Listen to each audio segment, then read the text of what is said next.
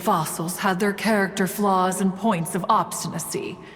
So why was it that whenever we dined together, we always had a marvelous time? We would drink together from a spot high in the mountains until the moon set and the sun rose, and only then would the banquet finally come to an end. Streetwood Rambler would often remain to admire the flowers with Guizhong before returning to her own abode. The glaze lilies were far more abundant back then. Entire fields of them would appear to the eye as a veritable sea of flowers.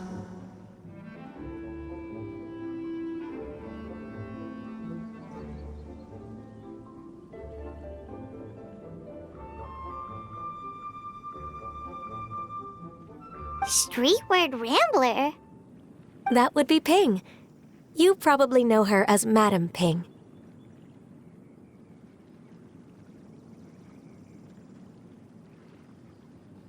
Oh, okay. Wait, this is a lovely story and everything, but didn't we come here to find that Adeptus from Mr. Dvorak's story? Or are you saying that it was Guizhong? Didn't she, already, Alas, long has one avoided this place for precisely that reason. The sights here are a reminder of a time long gone, and evoke much sorrow. One should have guessed that you would disrupt one's poignant moment of mourning with your incessant questioning.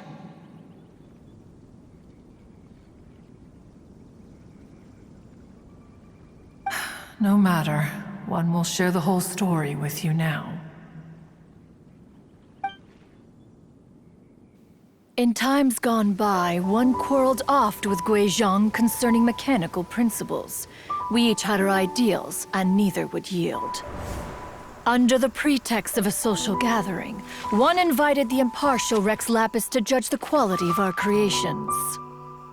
But Rex Lapis declared that Guizhong's Obscuro Vulpus mechanism was superior. Though one was too proud to acknowledge it, in one's heart, one knew that Guizhong was indeed the superior talent in the mechanical arts. As for the story between Guizhong and Streetward Rambler, that begins with a certain bell. In Guizhong's opinion, while mechanisms were no substitute for human composers, they were yet capable of producing simple but fine melodies. But Streetward Rambler believed music to be an expression of the soul, an emotional enterprise that could never hope to be replicated by machinery. They argued endlessly, until one asked Rex Lapis to intercede. He confiscated the bell and designated it for ceremonial use. Thereafter, one would often find them convening in the mountains, discussing music, mechanics, and all the affairs of the mortal world. But these good times were not to last.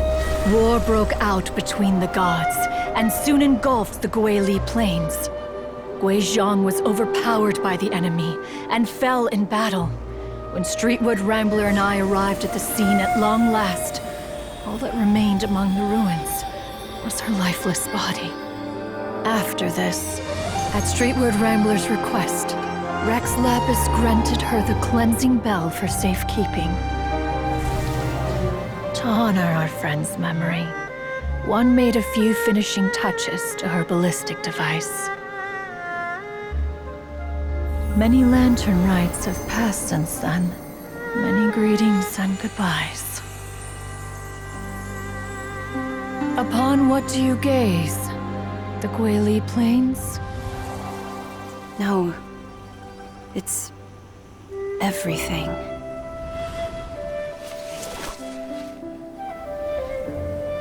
We think of human life as like a lantern that's lit one minute and extinguished the next.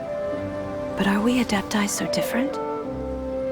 Perhaps as dust settles after a storm, we too must one day return to the world below. One has always been austere and private by nature, and has never relished socializing.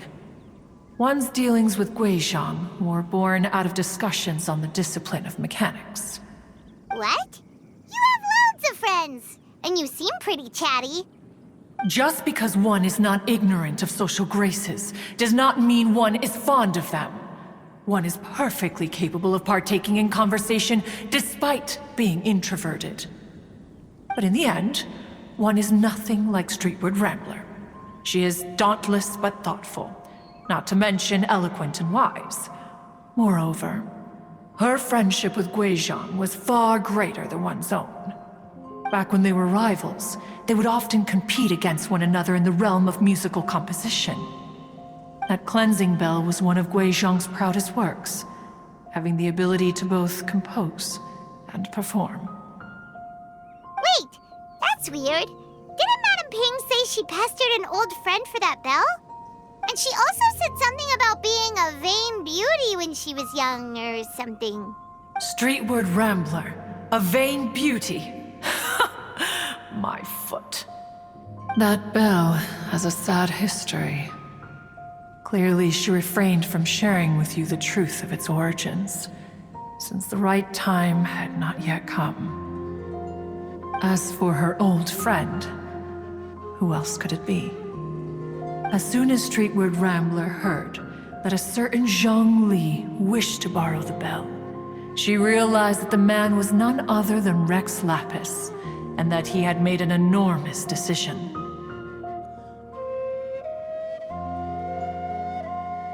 After all, we all have known each other for several millennia. Some things between us are implicitly understood. Whoa! So they were talking in secret code?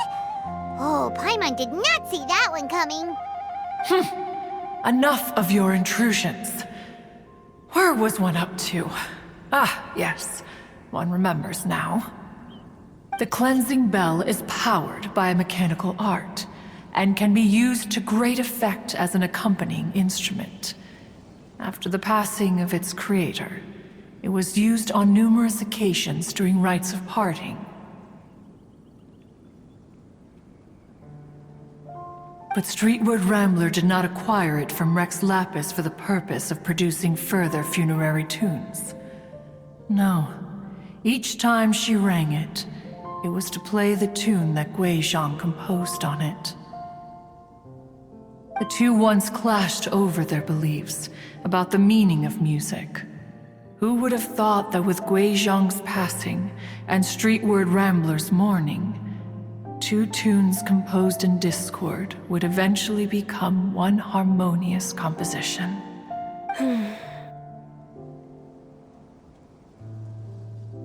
Once upon a time, Streetward Rambler also loved gatherings, liquor, and music. But after Guizhong passed, she preferred her own company. She could often be found sitting alone at a mountain summit, contemplating and reminiscing with her zither. The music would go from mournful to soothing to impassioned. Many years passed before she finally composed a melody to her satisfaction. In celebration, she played the tune to the clouds. Regrettably, one has only ever heard her play that tune once. Which brings one back to the matter you've been investigating. Perhaps it was during that performance that the ancestor of your Fontaine friend fell into the water and was saved by Streetward Rambler. But if she was so happy with the melody, why would she only play it once? One was also greatly perplexed by this. After suppressing one's curiosity for a long while, one finally approached her and asked why she would retire the tune after having spent so long on it. In response, she said, "Though the strings that played that melody survive, the one who inspired it is gone. Tell me, Cloud Retainer, when the one attuned to my soul is no longer here, who else could hope to understand this tune?" Aw, poor Madame Ping. I just remember being taken care of by you when I was young. Once the Archon War came to an end, I stayed behind in Liyue Harbor to honor my contract. Although I met Guizhong a few times, I never knew anything of this particular story. Guizhong was quite the visionary, but tragically passed before her time. Her manuscripts still lie unfinished in the realm of clouds. Blank pages give one cause for contemplation on what might have been. Had you not decided to search for that mystery Adeptus, perhaps these stories, too, would have been lost to the sands of time. As of now, you know the truth. That the Adeptus who rescued the drowning man was none other than Streetwood Rambler. Do you intend to discuss this with her? Do you mean Ping might find the topic too distressing? Precisely. The passing of our old friend is a heavy topic that both of us are usually careful to avoid. If I may be so bold, Cloud Retainer, could it be that this is just your own personal opinion? Oh? How so? I've been in Liyue Harbor for quite a long time now, and I've witnessed many farewells along the way, so I too am well acquainted with the pain of the passing of a loved one. But this doesn't bring the city or its people to a standstill. They have to keep moving forward. Someone as perceptive and wise as Ping will surely have come to understand and embrace this. Though these immortal mountains have lost an Adeptus, the harbor of mortals has gained a wise elder. No loss can ever be undone, but there is always much that can still be gained. Ping has helped countless people, and will guide many others in the years to come, and all to whom she extends a helping hand become her friends, people she can admire flowers and discuss music with. Though it is heartbreaking to lose a kindred spirit, life goes on, because there are new friends waiting for you further down the road. We even asked Madame Ping what she thought about adding a music festival to this year's Lantern Rite. Oh, when we get back, why don't we just ask her if she'd like to perform? Maybe we can even get her up on stage. You youngsters and your imaginations. Why don't you come with us? It's been a long time since you last spoke with Ping, and Liyue Harbor is always decorated so beautifully during the festival period. Is not every Lantern Rite the same in this regard? Were there ever anything new to discuss, one and Ping could meet any day of the year. I disagree. Each new day and each new year is different from those that have come before. How long will you simply let them pass you by? The edibles she brought this time were indeed quite delectable. Very well. Then one will be off. If the other old fossils have sneaked away into the city to amuse themselves, one shall soon find out. All right. We should be getting back to the harbor as well. We don't want to keep her waiting. Once the Guili Assembly, now the Guili Plains. Say, if we planted flowers there and cared for them carefully enough, do you think that one day we'd be able to recreate the Sea of Glaze Lilies? Allow one to take back one's praise from a moment prior. You are still far too given to flights of fancy, child. What?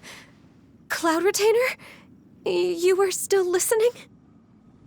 One observed that you were making no effort to leave, and returned to chasten and hasten you. This time, one is departing in earnest.